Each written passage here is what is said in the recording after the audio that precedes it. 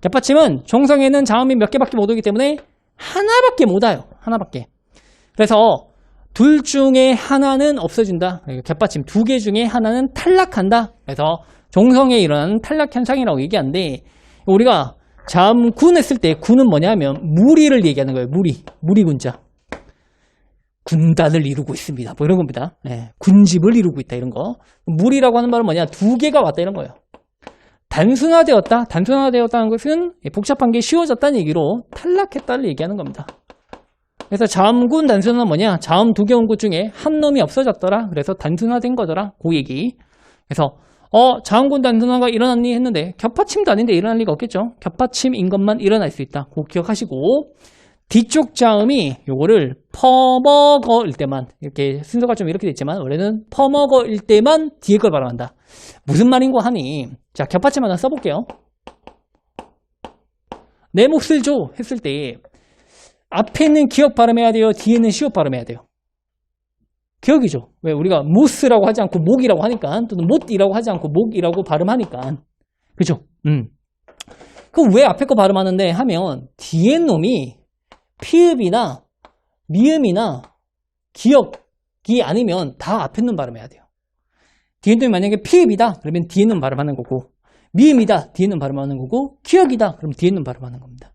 근데 아닌 경우에는 앞에 놈이라고 해요. 예를 들어서 안따 같은 경우에는 니은 발음해요 지읒 발음해요 하면 뒤에 놈 보면 된다고요. 뒤에 놈이 요 셋 중에 하나가 돼요 안 돼요?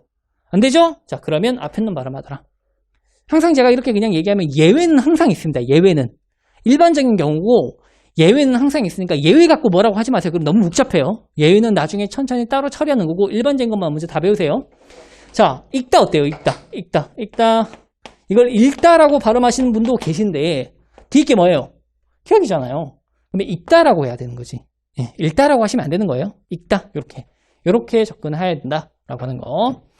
자, 그래서 이렇게 겹받침 규칙을 가지고 문제를 출제할 때 꼭 기억해야 되는 게 읍다와 핫다입니다. 할다라고 해야죠. 읍다와 할다.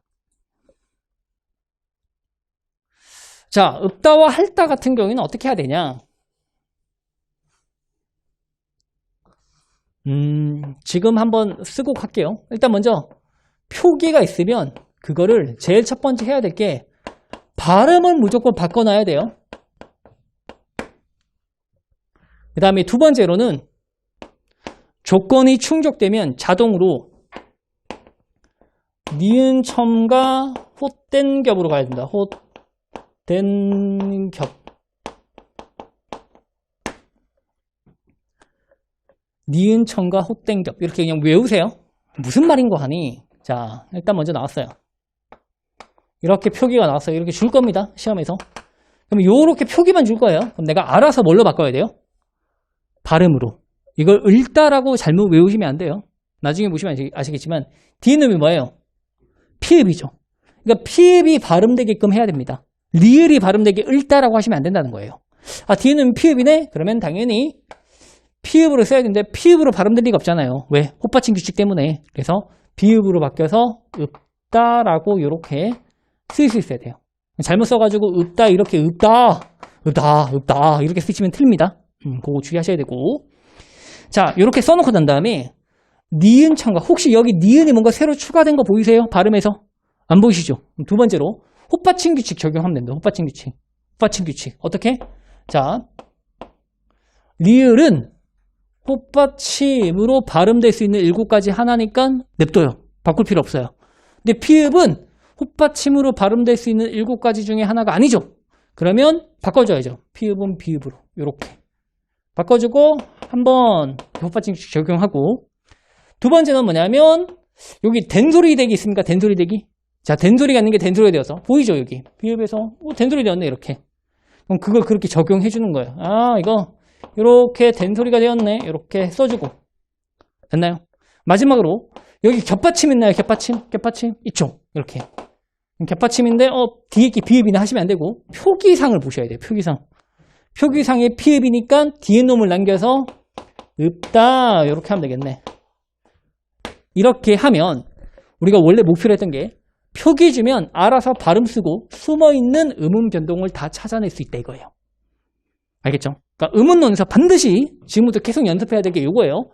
표기를 지면 여러분 발음, 내가 못 쓰는 발음 쓰면 체크하시고 계속 반복적으로 쓰셔야 되고, 음운 변동을 찾아라 하면 무조건 요 순서대로 적용을 하세요.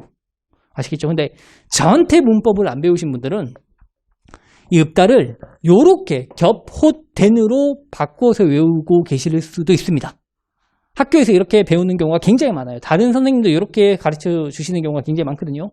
근데 저는 이게 조금 어차피 이 교과서 상으로는 이렇게 봐도 되고 이렇게 봐도 돼요. 둘 다 맞습니다. 저희가 이론적으로는 둘 다 맞다고 쳐주고 있고, 물론 주류는 이쪽이 더 맞다라고 치고, 요거는 그냥 소수의 그 학자분들만 이렇게 하는데 어차피 싸우면 이길 수 있는 거라서 이거는 교수님들이 한 8대2로 갈려요. 이는 야, 이 순서가 맞지 무슨 이 순서야 하는 거고, 10명 중에 8명 정도는 이 순서가 맞지 이러고 있는 거예요. 그래서 어차피 그분들도 다 이게 논란거리가 있다는 거 알고 있을 테니까, 출제하는 사람이 만약에 모르면 잘못 내어가지고 요것만 맞고 요것만 틀렸다면 우리가 싸워서 이길 수 있어요. 걱정 안 하시고 위에 걸로 외우셔도 될 것 같습니다.